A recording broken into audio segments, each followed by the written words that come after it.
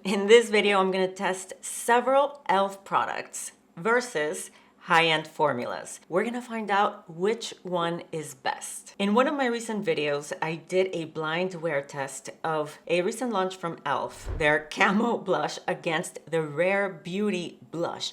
And much to my surprise, I liked e.l.f. better. And I say much to my surprise because this one costs 3 times as much. There's gotta be other products from e.l.f. that perform just like high-end formulas. I'm excited about this. We'll see what we discover. All of the high-end products will go on this side of my face and drugstore on this side. We're gonna start with sunscreen. It's not easy for me to like a sunscreen because either they leave a white cast or they just make my skin feel really greasy. This one is from Supergoop, Unseen Sunscreen. And I'm going to be testing for the first time. I just got this yesterday. Invisible sunscreen from e.l.f. I'm very interested to see how these sunscreens look under makeup.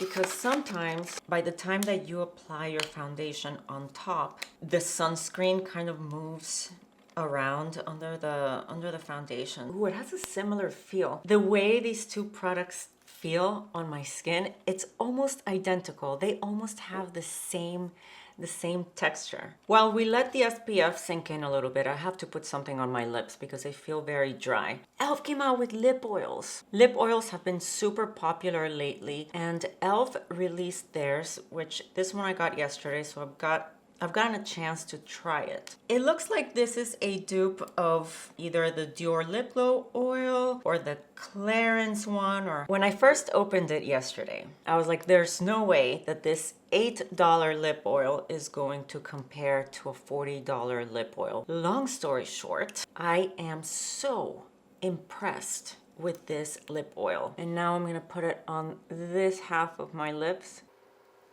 It does have pigment, not a lot, down to the scent they copied. This one smells minty, just like the one from Dior. And you can tell a very slight difference when you apply it. The one from Dior, it's thicker and it's more grippy. It grips to your lips better than the one from e.l.f. I can hardly tell the difference. As far as the shine, it's the same amount of shine. These are almost identical. Okay, so the SPF is, ooh, I really had my doubts with that texture. I thought that it was just gonna slip and slide off my face, but I feel a slight tack and it does feel like it has absorbed. So I'm very happy about that. Next product will be Pore Smoothing Primer. For high end, let's apply Tatcha, the Silk Canvas. And I am just going to smooth it over my skin here. I am seeing some pores appear smoother. And on the other side, I'm gonna put the e.l.f. Poreless Putty Primer. Now let's see if I see that smoothing effect that I saw with the Tatcha primer right away. It's doing something. Also, important for you to know, my skin type is normal to dry, and I'm 44 years old. What is considered mature skin? If you're in your 40s, is that mature or is it? I don't know. All I know is that, well, makeup doesn't sit the same when you're in your 20s versus your 40s. So I like it. Why haven't I used it more? Now let's see how foundation goes on top of it. Based on my initial side-by-side look, I would put this in the almost identical category. We'll see if that changes throughout the video though. Instead of going straight into foundation, I'm actually gonna do my concealer first on my under eyes because I wanna let the primer sit a little bit longer. We're gonna test the e.l.f. Hydrating Camo Concealer against, I don't know if this is fair to put it against the Tower 28 concealer because this one is such a good concealer that I highly doubt that this one from e.l.f. will be remotely close to performing like this one does. But I can see it sinking into my fine lines right away, immediately. It looks heavy right away. No, this is not gonna work. Don't like it. And here, when we talk about concealers, this is when my age really comes into play. You know, the under eyes get tricky, and this concealer is just not gonna cut it. Tower 28 on the other side. Okay. Right away, what a difference. It's almost like this formula sits smoothly. Instead of collecting and sinking into the fine lines, it kind of stays at the surface. All right, for this category, the concealer, High End wins. I've been waiting for this step, the foundation. Camo Hydrating CC Cream from e.l.f. You could say that this formula, down to the packaging, looks very similar to the one from It Cosmetics. So they both have SPF. They both claim to be full coverage. I am very familiar with the one from It Cosmetics. It really hides my hyperpigmentation. So I wear this one, especially when I film. I wear it a lot. I rather do thin layers rather than a big blob and applying it with a brush. And I'm gonna go back and apply a little bit more the areas that I want more coverage on. Okay, e.l.f. Let's see.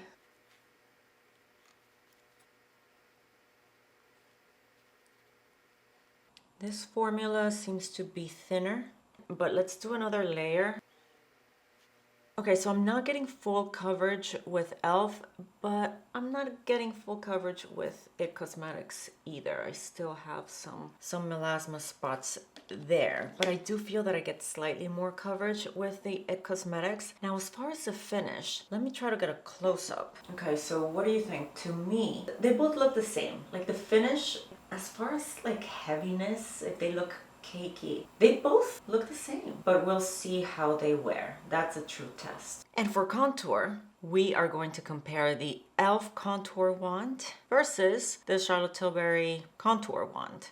Let's start with e.l.f. I have had this product for a while and I really like it. The difference that I see is that the shade is a little bit lighter than Charlotte's, and it doesn't dry as quickly as hers. So it kind of gives you more time to blend out your contour. And to be honest with you, I don't think I would purchase the Charlotte Tilbury wand again. Buy this one instead. This one is $9 versus $42 or $43, so that's kind of a no-brainer. Aside from the applicator being super messy, I mean, look how gross it looks. And this is the Charlotte Tilbury applicator. It doesn't look as gross.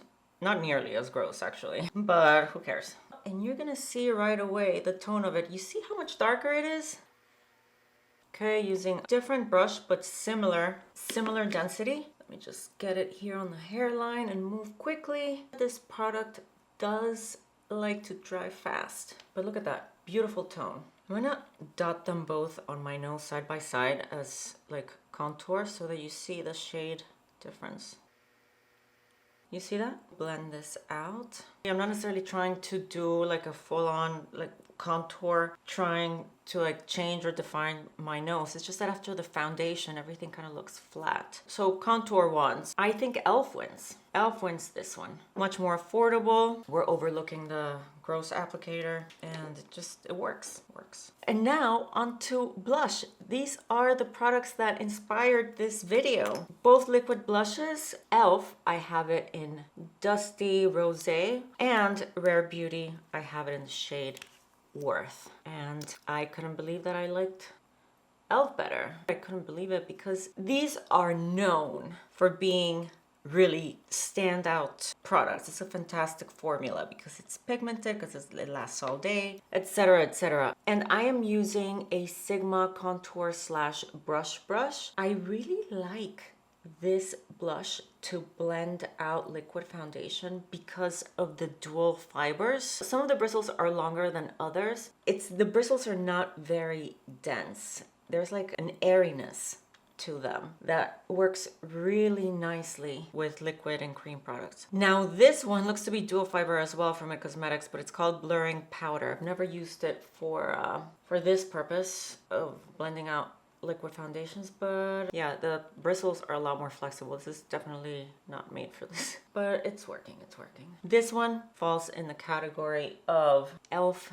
wins. For highlighter, e.l.f. shamelessly dupes Charlotte Tilbury's Flawless Filter. This is an illuminating product, a glow booster. It goes either under your foundation or you can put it on top of your foundation to give you that glow. Let me preface this by saying that I didn't put these products under foundation just because I wanted to see what the finish of the foundations. Does this smell funky?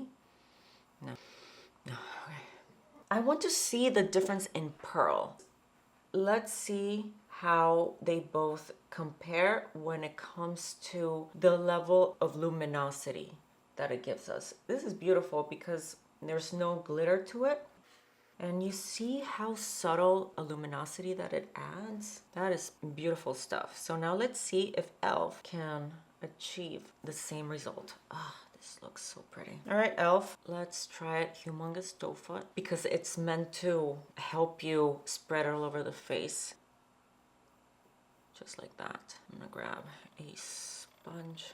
Here is where the coverage in this formula becomes really apparent. It is changing the tone of the blush. Instead of just sitting on top of it like a translucent highlighter, yeah, it kind of disrupted the blushiness of my blush. Therefore, as a highlighter on top of your makeup, I wouldn't recommend e.l.f. However, under makeup, this one is really nice, especially if you're not going to wear foundation. If you're going for a very natural, everyday look and like the glowy finish, you might really like this product because it'll give you light coverage and a really pretty, healthy looking glow, which is so on trend right now. For the purposes how I used it as a highlighter, the Flawless Filter wins. So here the high-end formula wins. And last but not least, setting powder. I got this one from e.l.f. yesterday. I haven't tried it yet. It's a Halo Glow setting powder versus the Givenchy Prisma Libre. This blurs your skin like no other powder that I've tried, and this is just number one. $70 though. Versus, let me pull up my receipt here, $8. The difference in price is ridiculous. So let's see. Can you imagine if this powder is as blurring as Givenchy or even Huda? All right, e.l.f., let's see what you got. Oh, it does feel fine.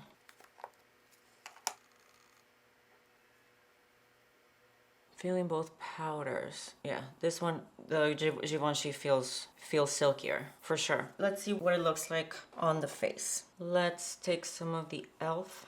powder here on this puff from Amazon. I really like these puffs. And now, moment of truth. Not bad. Let me tell you that for $8, you can't go wrong. It's blurring a little bit. I like that it's not mattifying my skin fully. It doesn't look over powdered. It's still letting the luminosity of the finish of all the products underneath. It's not killing that luminosity completely. And judging by the name of these products, you have the Halo Glow, Halo Setting Powder, Halo other stuff. Yeah, they're focusing on keeping the glow intact. Now I am going to turn that same puff. I'm gonna use the other side. I'm gonna get some of this powder. Here we go.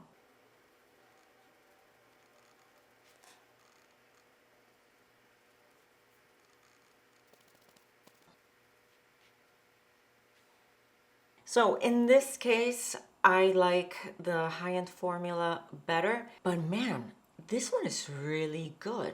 I mean, is it comparable?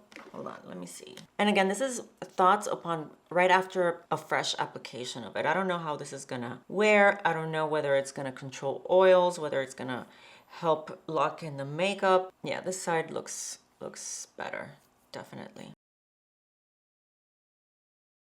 All right, I just finished doing my makeup. It is 11:17 a.m. and you can see right away that the concealer is not holding up. You can see the creases.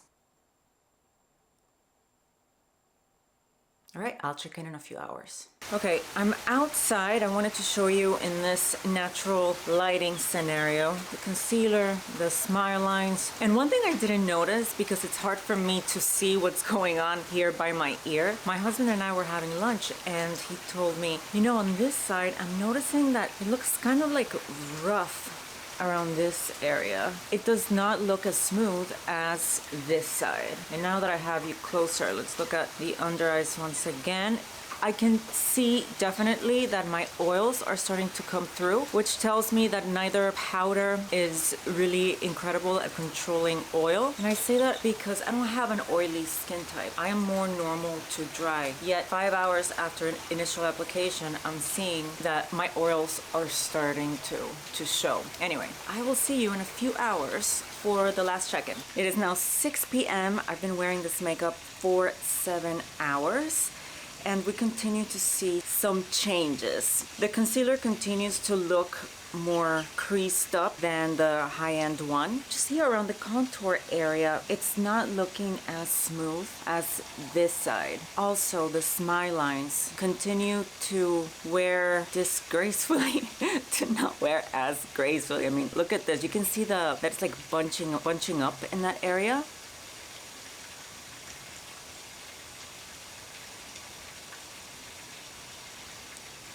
So overall, the high-end side is looking better. Let me know what you think. Let me know if you see other differences. Give this video a thumbs up if you found it useful. Make a list of items you might want to pick up next time when you're at the drugstore. And that's it for me. I will see you in the next video. Bye.